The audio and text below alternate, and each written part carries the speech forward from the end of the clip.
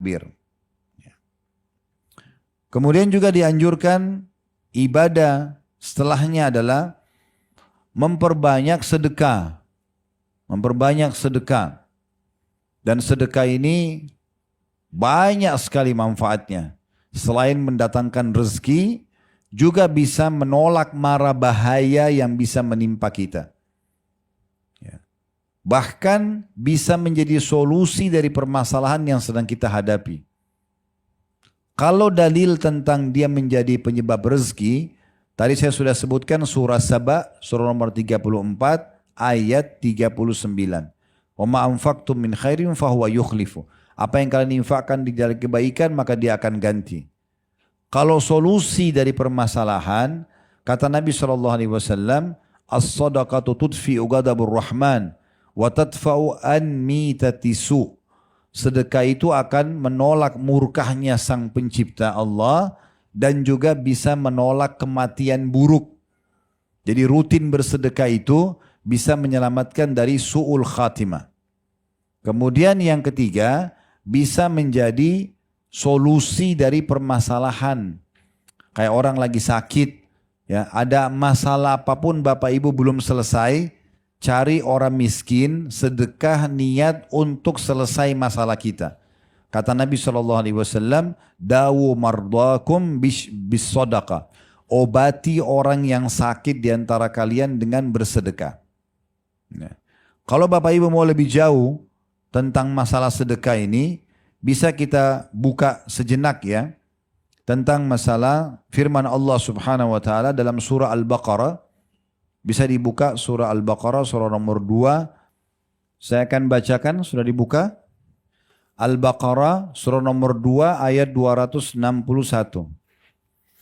Mathalul ladzina yunfikuna amwalan fi sabilillahi kamathali habbatin ambatat sab'a sanabila fi kulli sumbulatin mi'atu habba wallahu yudha'ifu liman yasha' wallahu wasi'un alim. Perumpamaan nafkah yang dikeluarkan atau uang yang dikeluarkan oleh orang-orang yang menafkahkan harta di jalan Allah, maksudnya bersedekah, adalah serupa dengan sebutir benih. Benih yang kecil, ya, yang menumbuhkan 7 bulir. Pada tiap-tiap bulir terdapat 100 biji. Artinya sedekah satu bisa menjadi 700 kali lipat. Allah melipat gandakan ganjaran bagi siapa yang dia kehendaki dan Allah maha luas karunia lagi mengetahui. 262-nya, alladzina yunfikuna amwalan fi sabilillahi thumma la yutbi'una ma anfaqu mannan wala adhan lahum ajrum 'inda rabbihim wala khaufun 'alaihim wala hum yahzanun.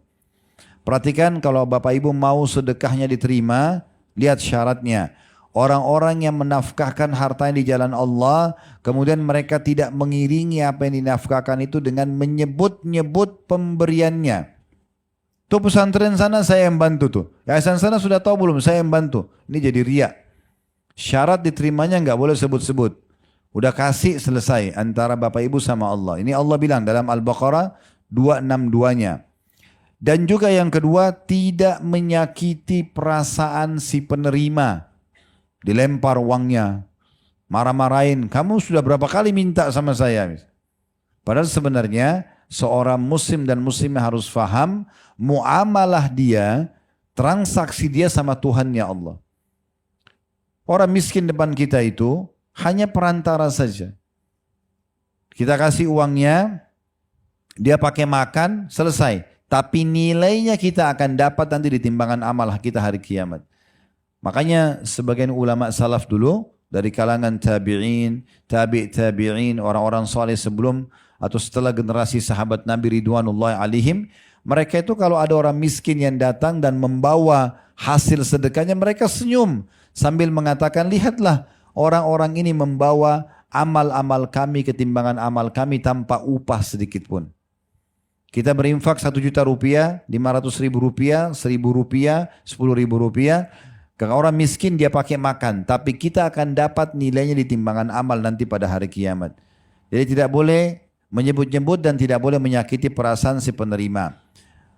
Lalu kata Allah, kalau dia begini melakukan, dia bersedekah tanpa menyebut-nyebut dan menyakiti perasaan penerima, mereka memperoleh pahala di sisi Tuhan mereka, Tidak ada kekhawatiran terhadap mereka dan tidak pula mereka bersedih hati. 263-nya, qaulun ma'rufun wa maghfiratun khairun min shadaqatin yatba'uha adza wallahu ghaniyyun halim. Perkataan yang baik dan pemberian maaf lebih baik daripada sedekah yang diiringi dengan sesuatu yang menyakitkan perasaan si penerima. Allah Maha Kaya lagi Maha Penyantun.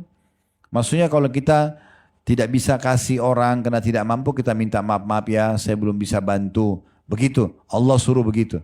Bukan malah kamu ini nggak tahu diri, ya. Minta-minta sama saya terus misalnya, nah gitu. Itu nggak boleh, Allah larang. Selanjutnya 264-nya, ya ayyuhalladzina amanu la tubtilu shadaqatikum bil manni wal adha kalladzi yunfiqu malahu ria'an nasi wa la yu'minu billahi wal yawmil akhir. فَمَثَلُوا كَمَثَلِ صَفْوَانٍ عَلَيْهِ تُرَابٌ فَأَصَابَهُ وَابِلٌ فَتَرَكَهُ صَلْدًا لَا يَقْدِرُونَ عَلَى شَيْءٍ مِّمَّا كَسَبُوا وَاللَّهُ لَا يَهْدِي الْقَوْمَ الْكَافِرِينَ.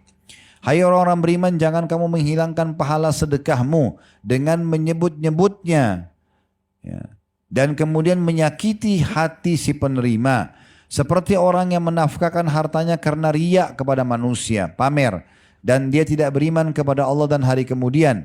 Maka perumpamaan orang itu seperti batu licin, di atasnya ada tanah. Kemudian batu itu ditimpa dengan hujan yang lebat, lalu menjadilah dia bersih atau tidak bertanah. Mereka tidak menguasai sesuatu dari apa yang mereka usahakan, dan Allah tidak memberikan petunjuk kepada orang-orang kafir. Jadi ini ayat-ayat sampai 274 ya. Ini baru ayat 264 sampai 274, semuanya bicara tentang masalah berinfak jalan Allah subhanahu wa ta'ala. Baik, bagaimana jenis-jenis infaknya yang terbaik? Bapak Ibu misalnya bersedekah untuk kedua orang tua. Walaupun orang tua kita orang mampu misalnya, kalau masih hidup, tetap saja kita kalau memberikan kebutuhan mereka, samponya, sabunnya, kebutuhan mereka, atau kita menghadiahkan apapun, mengirimkan makanan, maka ini adalah termasuk sedekah yang paling afdal kepada kedua orang tua. Dia mendapatkan pahala sedekah dan pahala bakti sama orang tua. Kemudian kerabat secara umum, siapapun yang punya hubungan kerabat. Kata seorang sahabat, dia pegang satu kantong dirham, dia mengatakan, ya Rasulullah, saya punya satu kantong dirham. Saya mau kasih 2 orang, ini ada target saya. Yang mana saya dahulukan? Dua-duanya miskin. Yang satu tidak punya hubungan kerabat. Yang satu lagi punya hubungan kerabat. Kata Nabi SAW, kalau kau berikan kepada yang punya hubungan kerabat, maka engkau akan dapat 2 pahala. Pahala sedekah dan pahala silaturahimnya. Kemudian setelah itu baru kita memberikan kepada orang-orang lain. Ya, orang-orang lain. Ya, kita bisa membantu kepada muslimin. Kemudian juga kita bisa partisipasi. Ya, sebagaimana tadi saya bilang, kami bekerja sama dengan satu yayasan resmi di Saudi di Mekah, itu memang yang menerima donasi untuk ya dibagi-bagikan makanan dan minuman untuk jemaah haji. Maka ibu dan bapak bisa ikut itu, ya, supaya kita mendapatkan termasuk amalan yang mulia di 10 awal bulan Rajab. Karena sedekah ini termasuk amalan yang luar biasa. Dan sudah kita sebutkan, salah satu penyebab bagi orang yang haji untuk mabrur memberikan makan kepada orang-orang. Tentu boleh yang lainnya ya, boleh membagikan Al-Quran, boleh membagikan pakaian, intinya bersedekah.